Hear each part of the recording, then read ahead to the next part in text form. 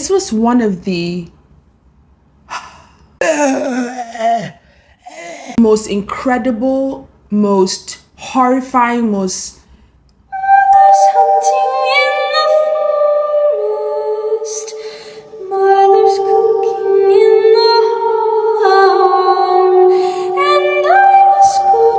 Hello guys and dolls, welcome to another Salt and Culture vlog. It's going to be a sit down vlog today. As you can see from the title, today we're going to be talking about my Aya experience. For the sake of the algorithm and what it will allow and not allow, I would have to call the plant medicine Aya. Okay, so we're going to be talking about my Aya experience, and I'm just going to delve into it. Okay, I have some notes here, hence why I have my pen in case I have to mark something here and there, but I wanted to go straight into it. No lubrication, not too much backstory. We can have a whole series about this, so why don't we just, dedicate certain questions or certain parts of this experience to its own individual vlog. But today I want to cover the actual experience. I've promised you guys this for at least a year now, so here we go.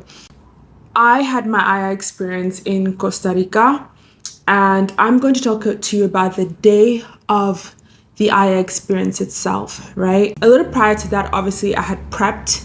I hadn't eaten any hard foods. I went to my Aya practitioner's house. When was this? This was around 4 p.m. that day. It was on a Monday. I went there around 4 p.m.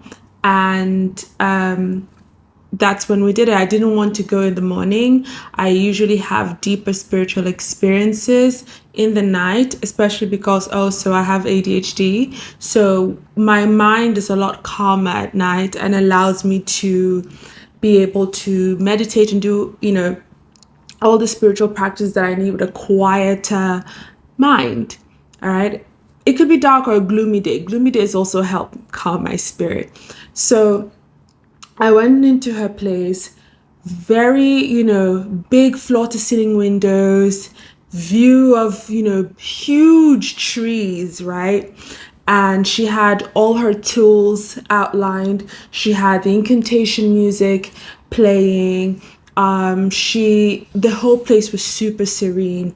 My best friend dropped me off and left. She couldn't stay with us. You'll find out why I don't think anyone should be in the vicinity with you when you're having this experience. I think it should be you and your spiritual practitioners, right? The shamans. And that me not think saying I have nobody else, because the thing when them go see, if they're not used to this and they're not actually in part of the healing or the part of the process, it's going to be too jarring. She went ahead and told me what I can expect and made it very clear to me that there's some things that are unexpected that can happen. And the bottom line is she wanted to make sure that I was open to the experience. She said some people do have darker experiences, and she just made it clear, just do not be afraid. Whatever you see, whatever happens, have no fear. She's going to be there with me. My spirit guides are going to be there with me. Like, just have no fear and have no resistance. Do not push. Boy, easy to say, easy to instruct. But when you're in the thick of things, it's a whole different story altogether. And you'll find out how I learned. If you find this content beneficial in any way, shape, or form, please like, subscribe, and share to those you think it can help. Let's continue. She brought the dose of Aya to me, and it was brown and dark. It was, and then smooth in like a little paste-like, syrupy-like consistency. And it tasted kind of like cola nuts, like as if you blended cola nuts, sweetish bitter, but without the sappiness. So I had my first dose and I asked that it be a milder dose. She agreed that, I'll start off with a milder dose, so a small quantity. And she had hers, which was a larger quantity. And she's been doing this for a while. So she said, listen, you definitely want a smaller dose than I have. I've been doing this for a while. And the thing is, she prepared her body also. So the work of a shaman or practitioner is a lot. They prepare their bodies and their minds and themselves the same way you are going to prepare yourself as well. So they're not eating they have a lot of dietary restrictions, or whatchamacallit, and, you know, spiritual preparation to do prior. So then she had her own cup of fire, and basically instructed me and told me that she had her own couch over there. She would lay there. I would lay this way. She would have her cup. And once we both get into a transient state, once I get into the transient state, she will meet my spirit there and guide me throughout. So once I had my cup, she, you know, had her smokes of, I don't know if it was incense or palo santo, but really good smelling smokes, and her tools and whatnot. And she was chanting and chanting and chanting and chanting, and the chanting felt like I was in a forest. It was ethereal, it was amazing. And to lay down and look at the big trees and forests outside while I lay down and waited for mother to activate, for divine mother to come to me, and for the medicine to do its work. I forgot this part. So before we had our cups, ADHD, sorry. Before we had our cups, we did say a prayer. And then I was supposed to have my intentions clear, right? And she had her own intentions, and she said hers, and she prayed, and I was to have and set my intentions before I drank the aya. And I will tell you briefly what my intentions were like. And I will tell you only what I can. I cannot give you the full scope of things, but I want to let you know what this experience is like. My intentions was for mental clarity on how to connect to the divine, how I can have a better connection with the divine, how to understand my life's purpose, because I go through a lot of mental turmoil, how to understand and better deal with my life purpose and plan. And thirdly, or lastly, I wanted to also deal with the residual energy of a twin flame that I just wasn't sure how to lay to rest. Like, I felt like I had learned all the lessons I was supposed to learn, and I didn't know why a certain part of that energy was still lingering after over 5 years, so many years, and other relationships and other loves and stuff like that. And I was still wondering why that residual energy, and just let me learn what that is. What is that about? Right? And I wanted the full spiritual experience and the full healing. Let plant medicine do its work and see if I can learn more, I can get better, and I can heal these states of mind, and just so much. I don't want to go into the details of it, but this is what I can share. So these were part of my intentions. And after that, then obviously I had my medicine, you know, she had hers, we all had ours, and the journey started. This journey was going to take about 8 hours or so. Well, I don't know, do the counting, do the math, but I went there at 4, and baby girl, I left at 10. Once we laid down, you know, I had my first transient sleep, right? But it wasn't deep. It was just in and out, just lingering in and out for about an hour, 30 minutes. And then she came to me and she said, how are you feeling? Are you getting there? What are your visions looking like? What are you experiencing? Because she wasn't seeing me on the other side. She wasn't able to connect to me per se on the other side.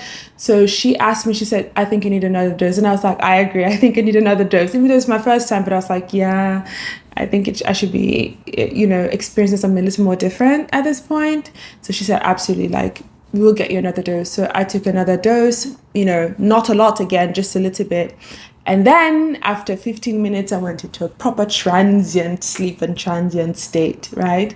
And so I lay, and I remember at this point, I was seeing some Honestly, they were not vivid, but it was my mind's eye. I was, seeing some colors here and there, nothing too, dreamy and in a different world and galaxy. No, none of that, right? I was in a different space, and then I went woo, woo, in a deeper transient state.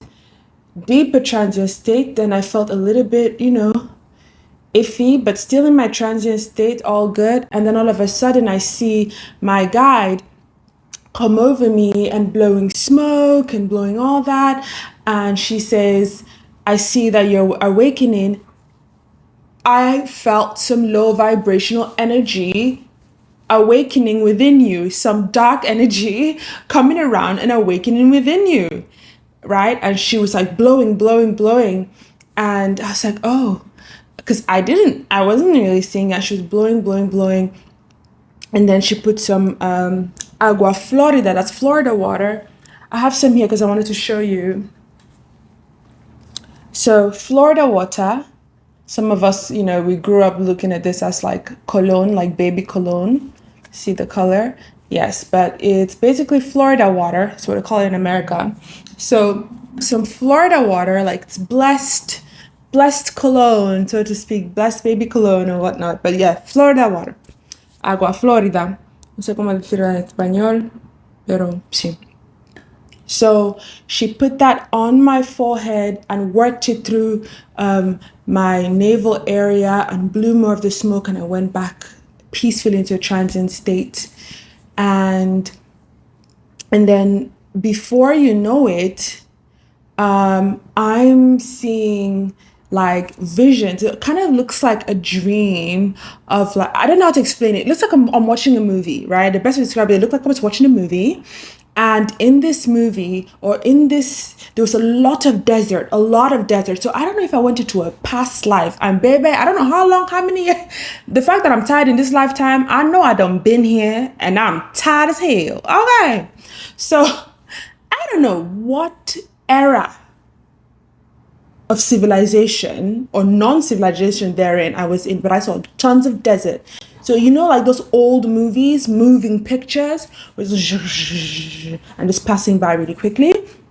And then it passed several deserts, and then I see they look like Black Panthers, but like in Egyptian wear. The gold crowns and stuff like that, adorned in gold, but humanoid. Straight up walking like humans, but they're Black Panthers. I don't know if I was one of them, but that's what it was given. I thought it was so cool and interesting. Oh my God, did I live there? Like, I was even wondering, is this Earth?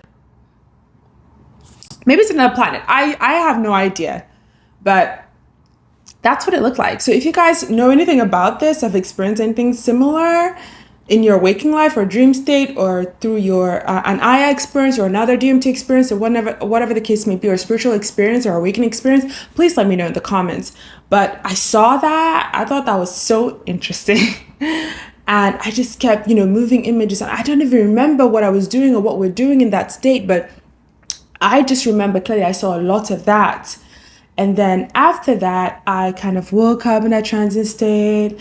And then my guide was singing incantations. And then I went back again. Before you knew it, I was, I felt warmth.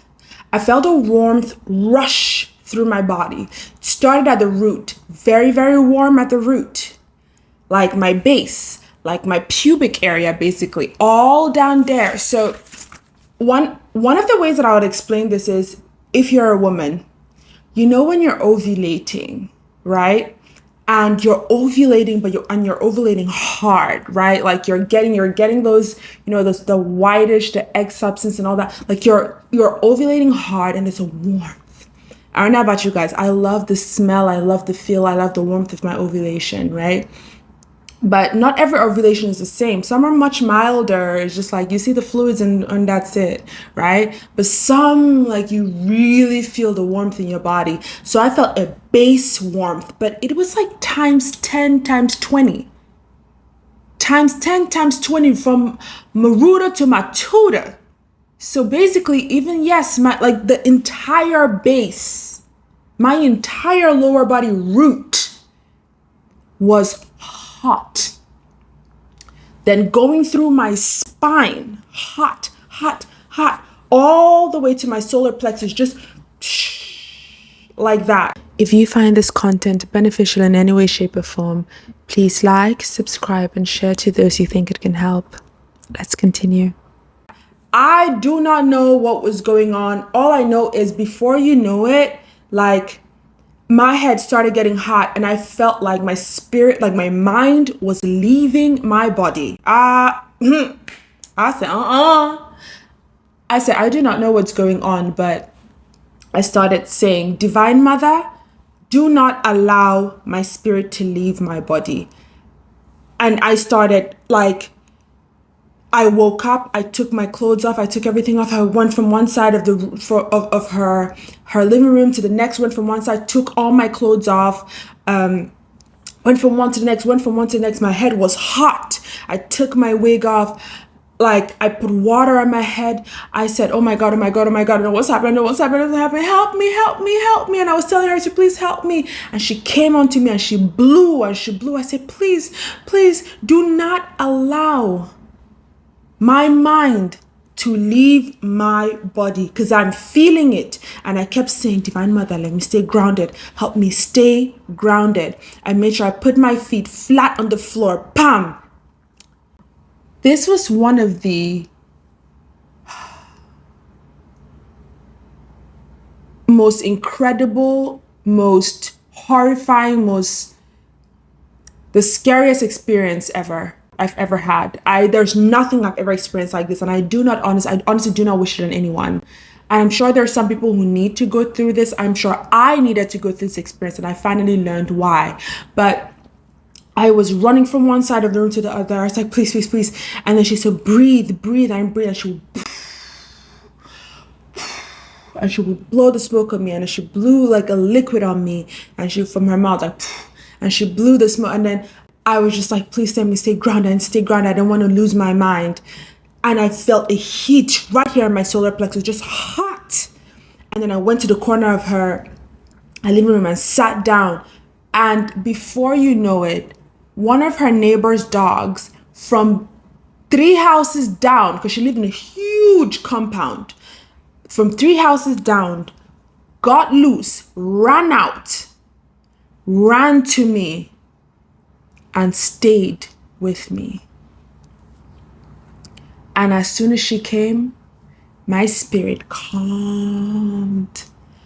And she was just there, and I was like, oh my God, don't go, let her stay with me, let her stay with me, let her stay with me. And she stayed with me throughout, as I was like, thought I was gonna go nuts.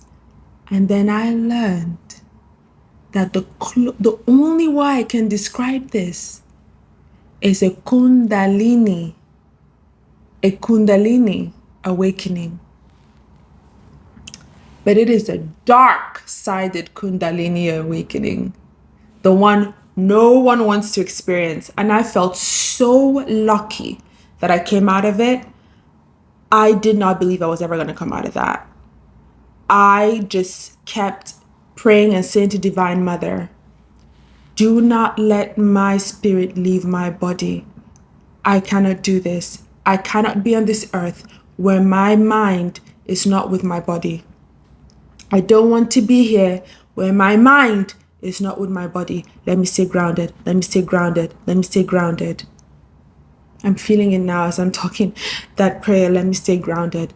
And I told my practitioner, I said, do not allow my mind to leave my body. Do not allow. And how the way I was violently roaming one side to the other and taking everything off. I'm like, this woman is so experienced. It's actually nuts, because there's no way my best friend or anybody watching me would not have freaked the hell out. It would have been a disaster. This is one of the reasons why no one should be there except the spiritual practitioners, the shamans. No someone else, because it is a wild experience for some people, incredibly wild. And the energies that are at play, please.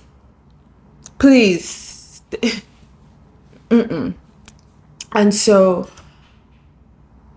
I stayed at the corner. I was breathing. The dog was with me. And she kept blowing and blowing the smoke in my face. And I just stayed. And she said, don't fight. Don't fight. I'm like, I'm not fighting. My brain is hard. I feel like I'm leaving. Do not let me leave. Do not let my mind leave. And I finally calmed. I went straight to my bed, back into a transient sleep. Okay? So then I wake up again a few minutes after, I think probably like 15, 20 minutes after. I rise again from my transient sleep, right? And when I wake up, I still feel the warmness, right? But my mind, my solar plexus had completely calmed, right? And so my base was still warm, but it was an okay kind of warm, but it was still hot. So I know whatever it is, the awakening, it's happening, but it was dark. It was not the light sided awakening, it was a dark one. And then I sat down on the floor. I left the couch, I sat down on the floor again with my leg flat to feel grounded again. And then I looked under the bed was it on the bed or under a chair or something? And I felt, I don't know if it looked like a snake or something. And I know that was my ego for sure. And I was saying things. And one of the things I would do is like that, right? At that, it was like me looking at myself, but like a dark side of part of myself that had just come out, and it was, and facing it was just dark. I was like, I did not know that I had this kind of dark-sided ego to me. I had no clue that. I was like, what? Just confronting that, and then having to learn to let it go. So then I felt a couple of messages then come within my body.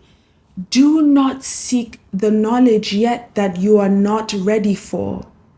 That not all knowledge is meant to be accessed willy-nilly.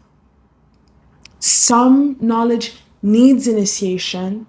Some forms of knowledge, you have to be prepped by spirit, by the divine, into it.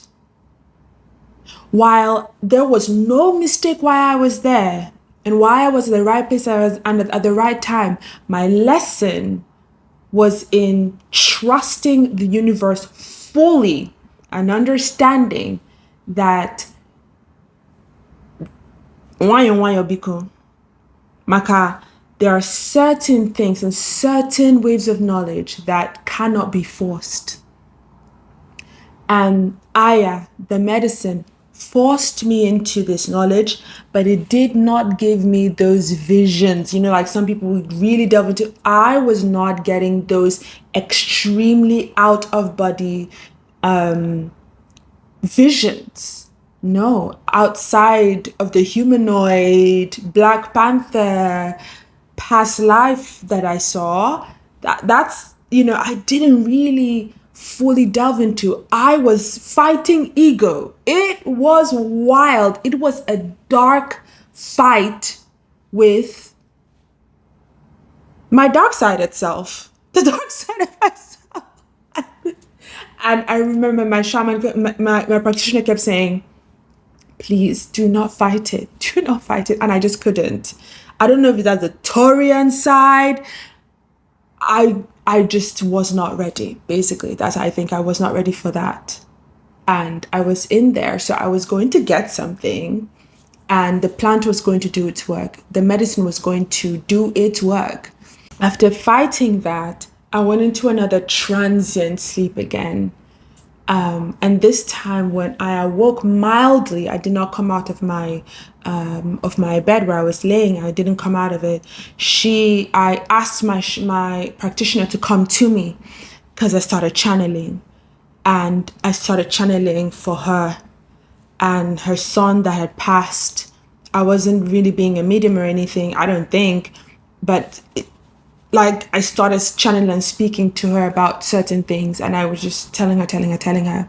And then I started channeling for my best friend. Whole different story altogether. And then I told her that, oh, I need to record, this needs to be recorded. I have to record this. And I recorded that message. And then I went into a transient sleep again. And this time when I woke up, I was in and out of it. And then my shaman asked me, when do you feel like you want to be done? When do you feel like you want the purge to happen? And I said, 10 p.m. This is me in and out. I said, maybe 10 p.m. I don't know. I don't know what time it is now. I went in and out. And then I went in and out again. And I said, I need you to bring the recorder. I started feeling warmth, love, so much love, overwhelming amount of love filled my heart. I don't know how to describe it. I started crying. And that's when I did my best friend's message again. And I said, please record this bit. And then I did the message about my ex. And I can't tell you the whole thing, but the long and short of it is I was told to record this, and that I have the real work was not just going to be to have this recorded, but I have to send it to him. So my practitioner said, okay. She took my phone. She went on the audio. She took her phone, actually. I'm sorry. She used her phone. She put the audio recording on, and I channeled for the message about him. For me, but about him, I don't know why. The spirit told me that I have to send it to him. I said, okay, no problem. I have fought this so much. And after that dark fight where I thought I was going to lose my mind, I said, Rico, this one that I feel like I have the power to really not fight, I surrender. I'm not going to fight it. Anything you say, I will do it. I'm not a fight though. Yeah. The long and short, while I was recording, what I learned about that twin flame relationship, because I used to think that after a while that maybe it was just a form of limerence, and I was just in limerence. And then after a couple of years, I realized this is not limerence, actually. No, this is a spiritual connection, more like a twin flame. I've always kind of felt it, but sometimes you have to admit it to your own self, like what really is this? And the only way I can describe this connection was a twin flame connection. And I'm saying this because I felt in the rawest form, I don't know how to explain this, I felt that being with this person, this man, it wasn't about the man through my learnings, right, from this awakening. It's fully about the experience of the mirroring. So I felt he was a mirror to me, right?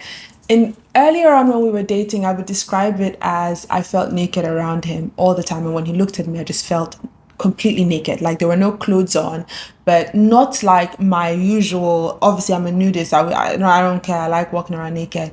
It wasn't that kind of like my natural state of nakedness. It felt in the biblical Adam and Eve type of shameful nakedness, that dark side of it where it's like I should be wearing something, as opposed to that light bright side of it where it's like freeing. So I felt both equally, but a lot of times I would feel, that I'm overseen. And through this purge with Aya, with the medicine, I realized that it's definitely not limerence.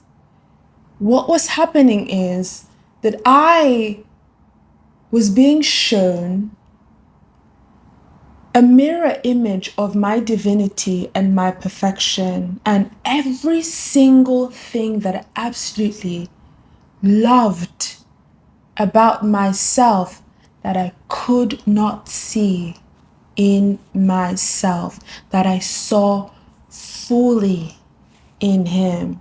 And so that's where the untrained mind and spirit thinks, oh, this must be limerence. But no, what was happening is that every time that I did not experience that, or was where I was not with him, or I didn't have that connection physically to see or to be around that, it felt like that part of myself that I loved so much, I wouldn't get to experience that fullness. And so it hurt so much physically, mentally, psychologically. It was crippling. I didn't want to be here. I couldn't do life. And this is for years. So I don't know if you guys understand the mental trauma. Obviously, it, subsided, and it will come back and it will subside. And so I realized that it is because I had to love myself completely differently, in the sense that not the usual format of form or ways in which I loved myself, but in the ways where the rawest form of me, that understanding and that knowledge that it was all there all along. It's just, I wasn't able to at that time tap into seeing myself that way. It just felt a little bit foreign. To me. So this purge with Aya, I can't go into the full depth of it, but the long and short, and I hope you understand the long and short here, was I was chasing a reflection of myself that I thought was so beautiful, and I didn't know how to be without it until the purge fully showed me that I've been chasing this beautiful, like me looking for a mirror reflection, just to be like, I was just looking for that reflection. It was so beautiful, so unadulterated. And through him, through his spirit, I could access that. I could see that. And it was incredible. And I learned that, I've had it all along. And now I know how to tap into it with myself, by myself, or with someone else. It was amazing. So either way, I followed the assignment, I recorded everything, and I said to myself I was going to send it to him first thing in the morning. So I drifted again and drifted out. In 10 minutes after I drifted, I went to the bathroom. I went into the bathroom around 9:50 something. And I'm like, oh my God, I want to vomit. And she brings me a bucket, and she sits the bucket in front of me while I'm in the toilet, sitting with my full legs spread out like that, right? And then I just start like the most feral, most guttural, raw grunt. Maybe this is what women do when they're in the wild and giving birth, that kind of sound, I guess. I think it was much more primal than that. It was such a primal that the only way I could explain it also is it was like an exorcism. It was like an exorcism and the spirit was leaving. But in this case, I was vomiting black matter, like black, dark, brownish matter everywhere. Like that. Just everywhere. The whole bathroom. And I got a chance to gaze at my practitioner while I was doing it, and she was so happy. And after I vomited and everything just for like 3 minutes straight, I was like, how is this woman not running out of the house? scream. How is she not running helter-skelter screaming like, oh my God, something's going on? Because I was shocked. I didn't know my body could do these things. I didn't know my mind could do these things. Like, this entire experience was just one moment of shock and awe after the other.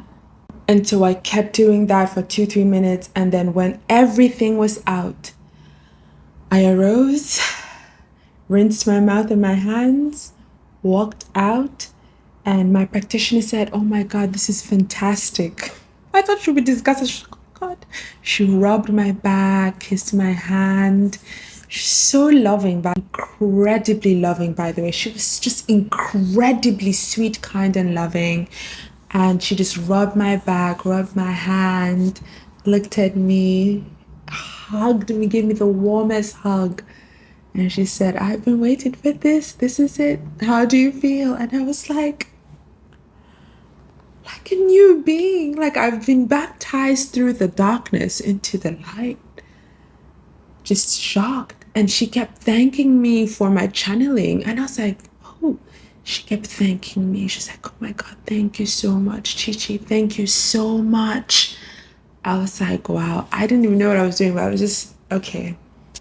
And I was thankful, so thankful to her. And I looked at the time and it was 10 p.m. And we both laughed because she's like, oh my God, it's literally exactly 10 p.m. The medicine left when the work was done. Just incredible. And yeah, that is my Aya experience, at least the bits that I could share with you. I know I'd promised you, so obviously I was going to definitely fulfill it.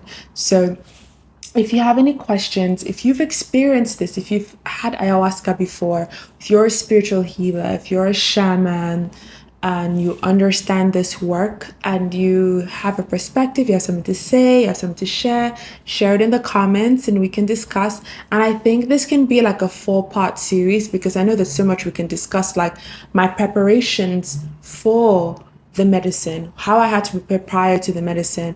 Another one could be how I found my practitioner, my Aya practitioner, right? My plant medicine healer and practitioner. How did I find her?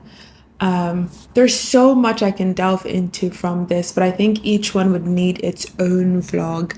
And if you're interested in more spiritual awakening and more spiritual work, and this is your thing, you love spirituality and culture, then please don't forget to subscribe to our little village. Join our little village, okay? Salt and Culture. Don't forget to subscribe to our channel, Salt and Culture.